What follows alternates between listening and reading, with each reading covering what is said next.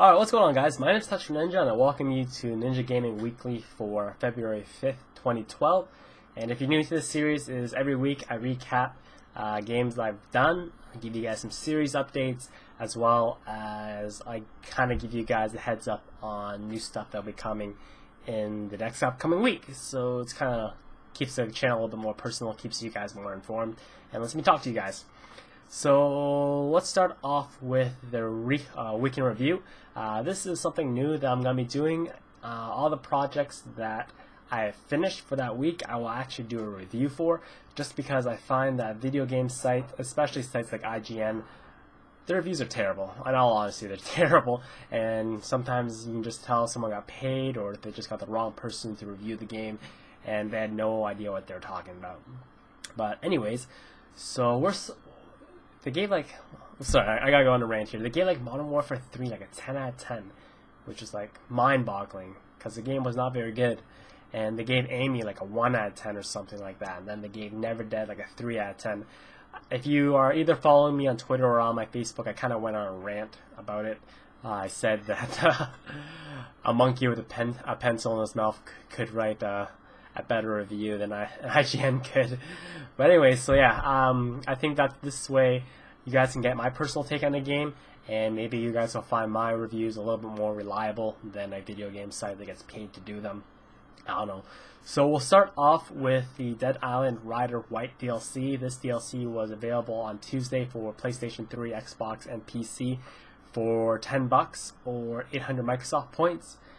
Gave you about 2 to 3 hours of campaign as Rider White, the main antagonist from, well, you thought was the main antagonist from the Dead Island game. And I'd have to say I was kind of disappointed with it. Not to say it was okay, but I was just mainly the fact that it was so short, and it was $10. And it only lasted about 2 to 3 hours if you were playing through it. And for $10, I would kind of expect something to last about 4 to 5 hours at least. So lost major scores just in terms of value. But if you absolutely enjoy Dead Island and you love the game, then by all means get it. You probably won't be disappointed. It kind of helps set up for the next game as well, and gives you a little bit more information on Rider White and learning his story about him and his wife. But yeah, but if you were kind of thought Dead Island was only an okay game, or you didn't like it at all, then probably the DLC is not for you. That's just my heads up. And overall, I gave it a 6 out of 10, and I'll probably have a little thing here or here just to emphasize my point. So 6 out of 10 for the Rider White DLC for Dead Island. Moving on to the game NeverDead, which was an action-adventure game in third person where the main character could not die, he only could get dismembered.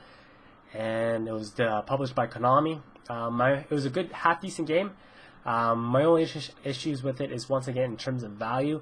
And don't get me wrong, if a game is really, really good, let's just say on levels of Uncharted, and the campaign is only 6 to 8 hours, I will still give it a decent score. It doesn't come down to just raw numbers and just how long or how much value I can get out of the game. It also comes down to the game itself. I thought the game was fun at some points. I thought it was a little bit repetitive at some other points. And in terms of production value, it was only average. So, and as a full retail game, especially this day and age with games being very expensive, I think game companies have to step it up a little bit. So that's why I only gave it a score of 6 out of 10. So, but if you did enjoy it or watch my videos and think that you may enjoy playing it, then you could definitely get away with just a rental. You can't do that in Canada these days because all Blockbusters are out of business. But if you can get a chance to rent it, if you live in the States where Blockbusters still exist, or you have GameFly, it's definitely worth the rental, not worth the full retail, in my opinion. That's why I only get 6 out of 10. Moving on to the next new old game that I started and finished, Mass Effect.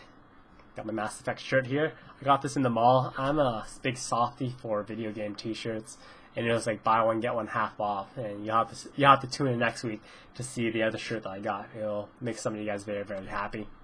But yeah, so I finished Mass Effect this week, the main story. Today I started and finished the Pinnacle Station DLC, which gives you the opportunity to get a whole bunch of sweet gear for Shepard and your crew. And then tomorrow we'll be finishing and starting the Breaking Down the Sky DLC. And then on Tuesday we will be starting Well, I'll get back to that in a second. We'll stick with the original Mass Effect. So score-wise, review-wise, you have to keep in mind I'm reviewing this game based on playing it in 2012. If I played this originally when it first came out, it would probably get a much higher score than I did right now. Once again, keep in mind, fanboys, this is based on my experiences playing it in 2012. I'm not afforded the ability of hindsight, and I only can give a score, a score based on playing it now. So overall, I gave it an 8 out of 10, which is pretty good for 2012, especially a game being so old. And yeah, I look forward to starting Mass Effect 2, and that is pretty much the week in review, I guess. So next on, we'll do series updates. So Final Fantasy 13-2 is still going very, very strong. I just did a nice 2.5-hour session, so that'll set us up nicely for the week. Very excited and very glad that you guys enjoyed the series. I wasn't 100% sure how a Japanese RPG would do on the channel, but it's doing up very, very, very well. So that will continue for a long while now. I can't wait for DLC to be announced for it. And Skyrim has been away for the channel for a bit, but Skyrim fans, don't worry. I will get back to the series eventually. I just ran out of videos and haven't had a chance to play just because this week has been so busy with video games. So I'm hoping to start Skyrim probably midweek, up again on Wednesday or Thursday. So yeah, Skyrim will be back either Wednesday or Thursday. So just hang on for a couple days. I do have full intention to finishing the game. I try to finish almost everything that I start. I try to finish, which is why the motto of this channel is home with a 95% Let's Play completion rate. I try my best to bring you guys and finish all the projects that I start. But yeah, that's pretty much it for series updates. New series that I'll be starting this week. I told you guys on Friday that I would be starting Kingdoms of Amalur and the Darkness 2. Main issue with that is that the guy that I buy my games off wasn't in town Friday or the weekend. He was out of town, so I didn't get a chance to pick up all my games. So I will be picking them up tomorrow. So Kingdoms of Amalur and Mass Effect will be starting off. Kingdoms of Amalur and the Darkness 2 will be starting off tomorrow night, late tomorrow night. Not at midnight before then, but late tomorrow night. And Mass Effect 2 will be starting on Tuesday. Once again, Monday we'll be breaking down the Sky DLC. And I look forward very, very much to starting Mass Effect 2. I've only heard good things about it. The main complaints I've had from people about Mass Effect 2 is that it's kind of veered away from the RPG elements of the game, kind of focused on the action. But it's kind of tough to call. I'm a big RPG fan, but if a game can balance it well, then I'll be a fan. The series already has me, and it's like death grip already. I can tell that I'm going to enjoy Mass Effect 2 a lot. But yeah, that's pretty much it for the new series. I'm still finishing off, wrapping up the details of my 50K contest. Probably by the time I announce it, it'll be like 55K, but that's okay. Once again, that's kind of my way of thinking. You guys help have a contest for a chance for you guys to win a free game of your choice. And I think that's pretty much it. So hopefully you guys enjoying the series. Hopefully you guys are still enjoying the channel. I really hope you are, and that you stay with me for a bit anyways.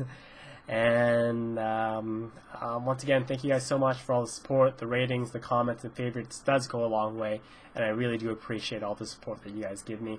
And that'll pretty much wrap up this episode of Ninja Gaming Weekly for February 5th, 2012. And I'll see you guys face to face next week for your next episode. Alright, have a fantastic day.